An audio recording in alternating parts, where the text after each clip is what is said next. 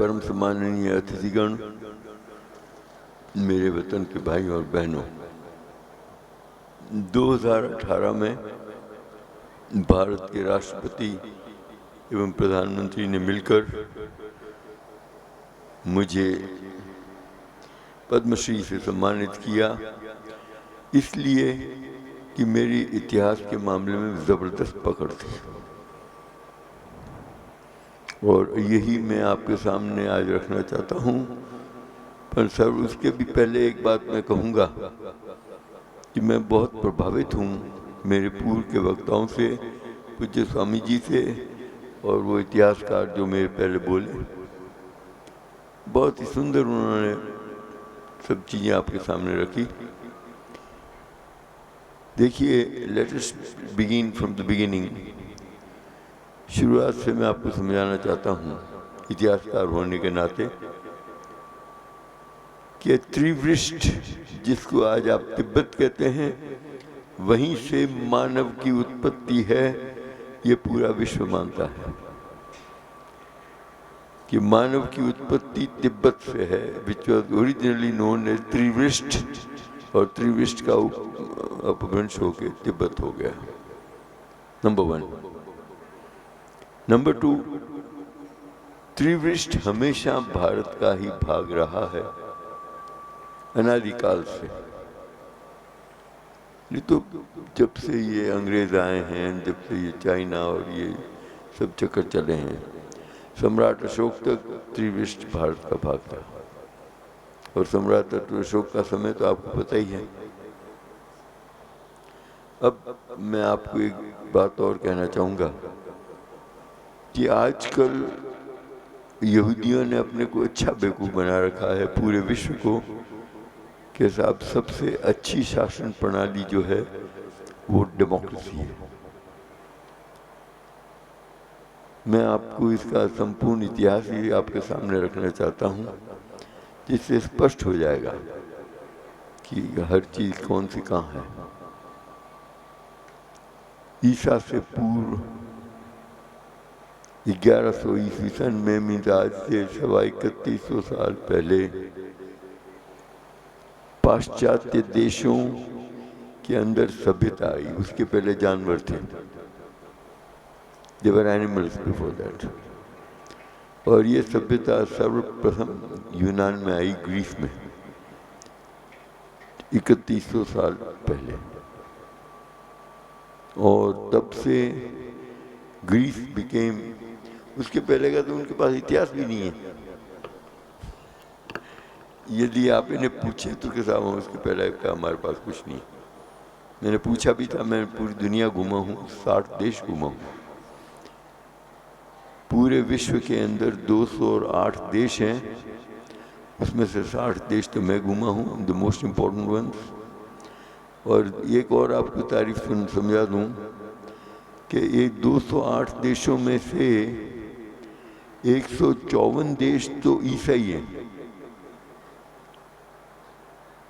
46 countries are Islamic, 7 countries are Buddhist, and no country is Hindu। ये तारीख है आज की तारीख। जबकि विश्व के अंदर आज की तारीख में सबसे अधिक जनसंख्या वाला देश है China, and second is India. आज India is not a Hindu country, it is a धर्मनिरपेक्ष राज्य। ये तारीफ है आपकी। इस तारीफ को तो आप ही संभाल सकते हैं, मैं तो नहीं। सेकेंडली, मैं आपको एक बात कहना चाहूँगा कि यहूदी, देखिए ये धर्म संस्थाएं या इतिहास कब से आए। यहूदी धर्म के ये, यहूदी सभ्यता के ये, इसके अर्लीस्ट रेफरेंसेस मिलते हैं 8-10 हज़ार वर्ष पूर्व।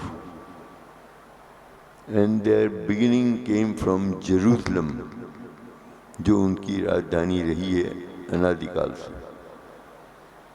और भगवान राम की अयोध्या, ये मैंने अपने प्रधानमंत्री साहब से भी कहा था, बड़ी मेहरबानी रखते हैं, मुझको भेजा उसको उन्होंने अयोध्या, तो मैंने उनको समझाया कि भगवान राम ने जो अयोध्या बनाई थी, छोड़ी थी, वो तो यहूदियों ने नष्ट की है 2100 साल पहले।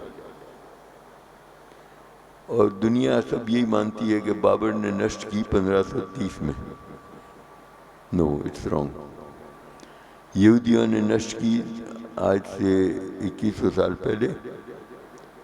उसके बाद में उन्होंने जाके अयोध्या नष्ट करने के बाद कंप्लीट साफ कर दिया, एक एक स्थान तोड़ दिया। Then they went to Avantika, Ujjain. Ujjain का ओरिजिनल नाम है अवंतिका। वो इसलिए कि उन्होंने सोचा कि this is the centre of India, इसको ख़त्म करेंगे तो पूरे भारत ठंडा हो जाएगा। 3 लाख यहूदी आए थे। उन्होंने महाराजा धीराज महेंद्र, जो वहाँ के राजा थे उज्जैन के, उनको ख़त्म किया, पूरी सेना को ख़त्म किया और अपना राज्य स्थापित किया। उनको एक चीज़ में मार दिया, उनको पता नहीं था कि गुरुकुल जैसी भी कोई बीमारी होती है, और उस गुरुकुल के अंदर वीर विक्रमादित्य पढ़ता था, जो राजा का छोटा कुंवर था। इनको पता नहीं था यहूदियों को। उन्होंने सोचा हम तो हो गए खुदा, अयोध्या भी तोड़ दिया, अवंतिका भी ले लिया, राजा को भी मार दिया, राज परिवार को खत्म कर दिया, अब हम सर्वे सर्वा हैं। तब जिस गुरुकुल में वीर विक्रमादित्य पढ़ता था, उसके आचार्य ने आके बोला, बेटा अपनी कहावत है कि 12 ने बुद्धि 16 ने कला, 20 नहीं बजबजिया तो भलपन वाट क्यों जोई। 12 साल का बच्चा होता है तो उसमें बुद्धि आती है, उसके पहले बचपन होता है। 16 साल का होता है तो उसमें कलाएं आती है। 20 साल का होता है तो उसमें सब कुछ आ जाता है। उसमें भी नहीं किया तो फिर it's the end of the news. तो वीर विक्रमादित्य जब 12 साल का हुआ तब उसके वाइस चांसलर ने बुला के सब बातें समझाई कि तेरे को आगे बढ़ना है और ये काम करना है।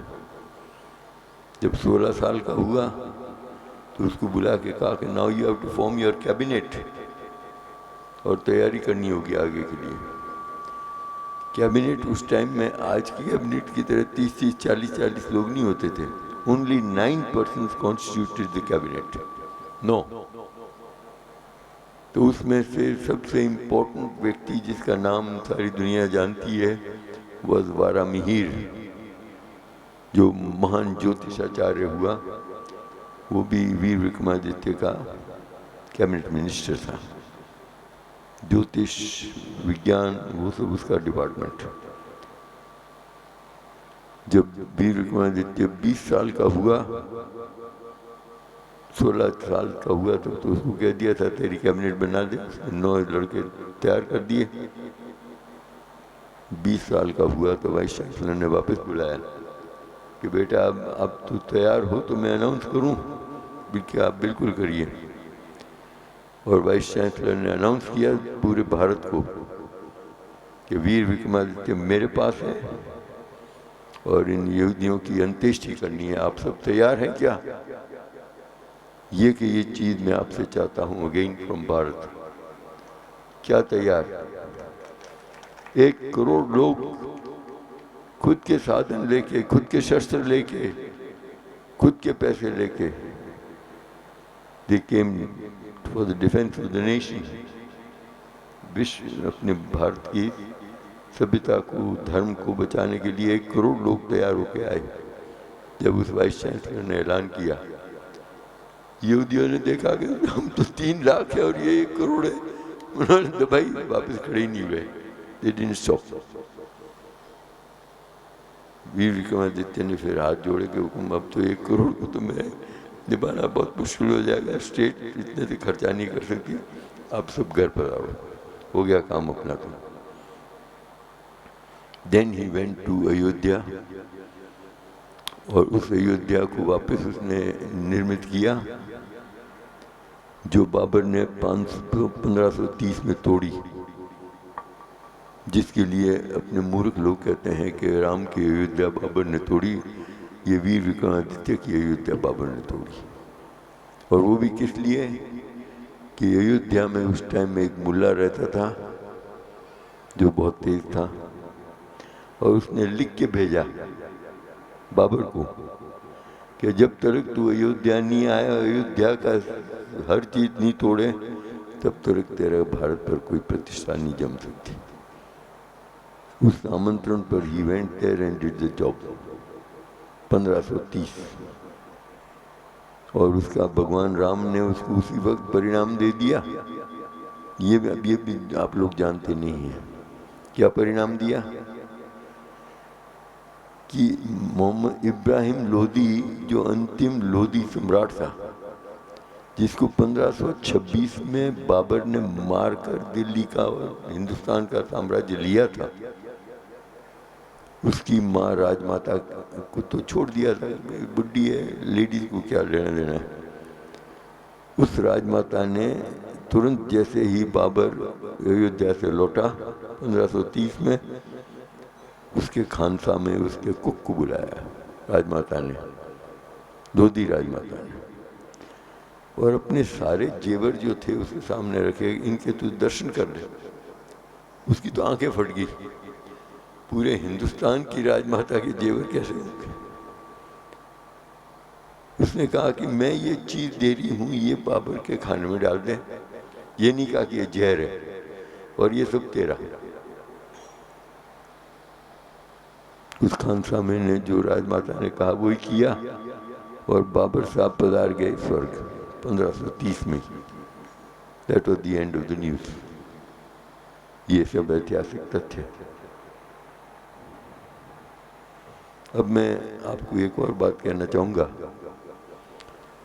जिसके लिए आप लोगों को अंग्रेज़ों ने और यहूदियों ने अच्छा बेवकूफ़ बना रखा है। आपको नहीं समझ, दुनिया को, हिंदुस्तान भी उसमें शामिल है। क्या साहब? We want democracy. What is the word democracy? It is a Greek word which came from the 7th century AD BC। आज से 2700 साल पहले यूनान के अंदर यहूदियों ने जाकर लोगों से कहा हमारे हुक्म में रहो। ऐसे उठे जो एक एक टपट होगी ना, यहूदी भागे वहां से, हमारे हुक्म में रहो, तो भाग गए यहूदी। बहुत अरसा बीता, अब तो सोचा कि अब तो ये लोग भूल गए होंगे, तब यहूदी वापस पहुंचे। नहीं साहब, हमको राज नहीं चाहिए। हम कहते हैं राजा क्या राज करे, आप ही राज करो, हम आपके साथ हैं। तो तब लोगों को लगा कि ये तो बात ठीक है यार, हम खुद ही राज कर लें। उस दिन से आई democracy. The word democracy is a Greek word, not English word, having two meanings, demo and cracy. Demo means people, cracy is government, government of the people. ठीक है? There are two other also Greek words, senate and senator, ये दोनों Greek words हैं। उस ज़माने में पूरे Greece देश के अंदर 36 डिस्ट्रिक्ट्स थी, जो आज की भारत की डिस्ट्रिक्ट से काफ़ी छोटी थी, करीब आधी होगी। उन 36 डिस्ट्रिक्ट के अंदर 36 सीनेट बनी, एक एक सीनेट में 100 सीनेटर्स। और साहब वो खुद भी परेशान, दुनिया भी परेशान, इलेक्शन के लिए पैसे चाहिए। तो उस टाइम में जो एक एक सीनेटर मारता था पैसे, was much more than what one MP borrows today। ठीक है? लोग परेशान हो गए यूनान के। उन्होंने कहा ये तो गलती होगी, बातों में आ गए, खत्म करो इसको, वापस राजा का राज लो। खत्म कैसे करना?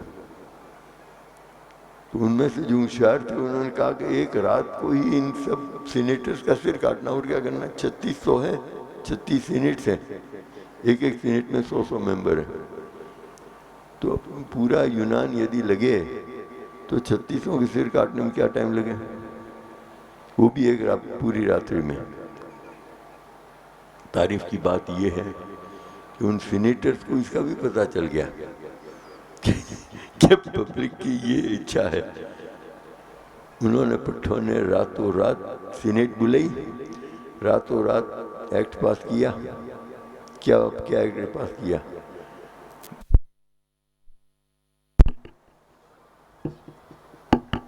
इस देश को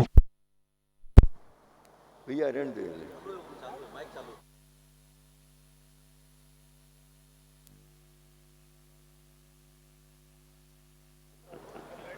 लाइट बंद भी कर, लाइट बंद कर दीजिए। हेलो, तो क्या हुआ? 3636 सीनेट्स ने रातों रात बिल पास किया कि इस देश को बहुत खतरा है, इसलिए सेना को 10 गुना बढ़ाना है। भरो तुम सब टैक्स। अब एक सीनेटर के 1000 लोग उसके रक्षक। सेना, पब्लिक ने तो भूल ही गए कि साहब अब तो कुछ नहीं हो सकता। जितने में एक कोई समझदार आदमी मिला इनको कुछ समय बाद, उसने कहा कि अब तुमसे तो ये तो नहीं हो सकता कि तुम इनके सिर काटो या रातों रात कुछ बगावत करो, परंतु एक महान बुद्धिमान है यूनान में, उसकी जाके चरण स्पर्श करो, वो शायद तुम्हारा रास्ता निकाल सकता है। कौन था वो बुद्धिमान? एरिस्टोटल, जो सिकंदर महान का गुरु था। देखिए, मैं तारीफ करता हूँ सिकंदर महान की और उसके पिता की, जो मैसेडोनिया का प्रिंस था। उसने जब मैसेडोनिया के राजगुरु ने और ज्योतिषियों ने जाके कहा कि भगवान ने आपको ऐसा बेटा दिया है जो विश्व विजेता बनेगा, अलेक्जेंडर के लिए जब ये जन्मा,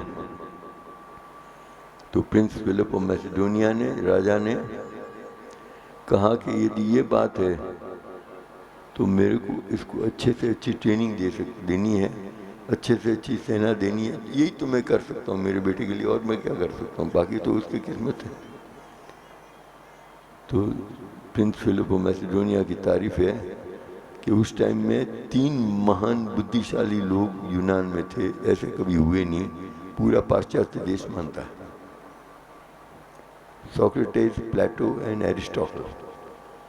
सोक्रेटिस को पूछा सबसे पहले, उसने कहा मैं तो 80 साल का हो गया, मेरे काम का नहीं, मैं नहीं इस बच्चे के साथ घूम सकता हूँ।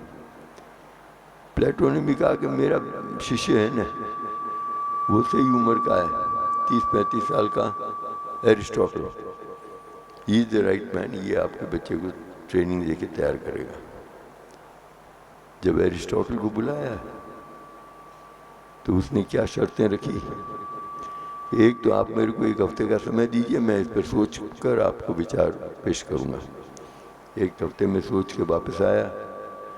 एरिस्टोटल ने बहुत समझदारी से प्रिंस फिलिप को कहा, मैं आपके लड़के को तैयार करने के लिए तैयार हूँ, अभी तो ये कुछ महीने का है, 2-3 महीने का है, तो ये मेरे आश्रम में नहीं आ सकता, परंतु मैं यहाँ आपके पैलेस में नित्य प्रतिदिन 3 घंटे के लिए आऊँगा, बच्चे के साथ खेलूँगा, इसी के अंदर खेल खेल में इसको ट्रेनिंग दूंगा। वाह, क्या तारीफ। फिर उसने कहा, जब बच्चा 5 साल का हो गया तो उसको ले गया अपने आश्रम में ले गया। तब भी उसकी समझदारी देखिए, उसने कहा मैं अकेले इसको ट्रेनिंग दे के क्या फ़ायदा, आप मेरे जैसे होते तो उसी को ट्रेनिंग दे के तैयार करते। उसने कहा नहीं, इसके साथ इसकी पूरी सेना होनी चाहिए, वो भी ट्रेंड मेरे द्वारा, ताकि जहाँ भी जाए इसकी विजय हो। अकेला क्या करेगा? तो उसने, एरिस्टोटल ने जाके प्रिंस फिलिप ऑफ मैसेडोनिया से रिक्वेस्ट की कि साहब आपके बेटे को आप मेरे को दे रहे हैं कि आप आश्रम में ले जाओ, उसको तैयार करो, तो इसके साथ साथ 35,000 मैसेडोनिया के लड़कों को और ग्रीस के लड़कों को ट्रेनिंग देने के लिए, तैयार करने के लिए आपको बजट पास करना होगा, मेरे को वो पैसे देने होंगे, तभी संभव है। मैं गरीब आदमी कहाँ से लाऊं? प्रिंस फिलिप एग्रीड और काम हो गया। जब सिकंदर महान 18 वर्ष का हुआ तब एरिस्टोटल उसको घर लेके वापस राजमहल में गया। साहब मेरी तो उसे सब जो ट्रेनिंग चाहिए थी दे दी, इसके साथ 35,000 फौज भी तैयार है, वो भी फुल्ली ट्रेंड है। हर आदमी को अपना अपना पद भी मिला हुआ है, कोई जनरल है, कोई कर्नल है, कोई कैप्टन है, कोई मेजर है, कोई सिपाही है, depending on his capabilities and calibre. ठीक है, बहुत सुंदर काम किया। देखिए उसमें तारीफ मैं करता हूँ प्रिंस फिलिप की भी। जब एरिस्टोटल लेके आया सिकंदर महान को 18 साल की उम्र में वापस राजमहल में, तो कोई अपने जैसा गधा होता क्या कहता, अब बेटा जा विश्व विजय पर। प्रिंस फिलिप ने कहा नहीं। तो ये 7 लड़कियां हैं जो यहाँ की ग्रीस की राजकुमारियां हैं, छोटी छोटी स्टेट्स की। इनमें से जो भी तू पसंद करे उसके साथ तेरी शादी हो इसी 15 दिन में। 9 महीने में तेरे बेटा जन्मे, उसके बाद तू विश्व विजय करने जा। तू जाए तो हमारे पीछे कोई वारसदार तो मिले। कितनी समझदारी है। ये प्रिंस फिलिप ने किया और सिकंदर महान ने 7 राजकन्याओं में से एक सेलेक्ट किया, उसके साथ सो के एक बच्चा पैदा किया। वो जब 15 दिन का हुआ तब प्रिंस फिलिप मैसेडोनिया ने कहा now you can go on world conquest, हमारा काम हो गया। कितनी समझदारी। तब प्रिंस ये अलेक्जेंडर पुनः जाता है एरिस्टोटल अपने गुरु के पास कि अब मेरे को इजाज़त मिल गई है, मैं जा रहा हूँ विश्व विजय पर, तो भी आपके चरण स्पर्श करके आशीर्वाद लेके जाऊंगा। तब एरिस्टोटल क्या कहता है कि बेटा मैंने तेरे से कुछ मांगा नहीं, तेरे बाप से भी कुछ मांगा नहीं, फ्री में ट्रेनिंग दी है। अब मैं तेरे से मांग रहा हूँ क्या कि यूनान के अंदर जितनी भी ये सीनेट्स हैं इन सब का सिर उड़ा दे तू तेरे तलवार से, फिर आगे जाना। ये वचन मेरे को देता हो तो ये एग्रीबल। अलेक्जेंडर ने वचन दिए और ग्रीस की या यूनान की 7वीं सदी में आई हुई प्रजातंत्र हमेशा के लिए नष्ट हुआ। 2100 साल के लिए बाय अलेक्जेंडर उसने एक एक सीनेटर का सिर काटा और उसके बाद वो आगे चढ़ा वर्ल्ड कॉन्क्वेस्ट पर। क्योंकि मैसेडोनिया ग्रीस के पश्चिम में है और उसको पूर्व में जाना था, तो वो तो बिल्कुल रास्ते में ही था, एक के बाद एक उड़ाता गया। That is the correct definition and history of democracy जो पहली आई थी। और उसके बाद में 2100 साल तक पूरे विश्व में इसने कहीं भी दर्शन नहीं दिया। पुनः योधियों ने ये नाटक वापस लाया। अब आप देखते हैं कि नाटक तो मुझे मालूम है सब, मैं इतिहासकार हूँ, पर आज जो श्रीलंका में हो रहा है ये तो विश्व के इतिहास में कहीं नहीं हुआ, किसी डेमोक्रेसी में नहीं हुआ। पीने को पानी नहीं, खाने को खाना नहीं, ये तो हद है। तो मेरे को दिखता है कि this is probably the end of the news, ऐसा मेरे को लग रहा है। ये सिस्टम भी अब खतरे में है। श्रीलंका ने तो बता दिया, पाकिस्तान भी रास्ते पर ही है, और भी देश जा रहे हैं। यूक्रेन के अंदर एक कॉमेडियन है, वो राष्ट्रपति है, तो वो भी अपना नाटक बजा रहा है, आप देख रहे हैं। तो इसके आगे मेरे को कुछ कहने की आवश्यकता नहीं है, पर अब आपको थोड़ा सा तो समझ में आ गया। और मुझे एक बात और कहूँगा कि पूज्य स्वामी जी और मेरे पूर्व के इतिहासकार जो इन्होंने भाषण दिए, वाकई में दे वेरी गुड, मैं तारीफ करता हूँ। यदि आपकी इजाज़त हो तो मेरे को आगे जाना है, तो मैं वाणी को विराम देता हूँ। Thank you.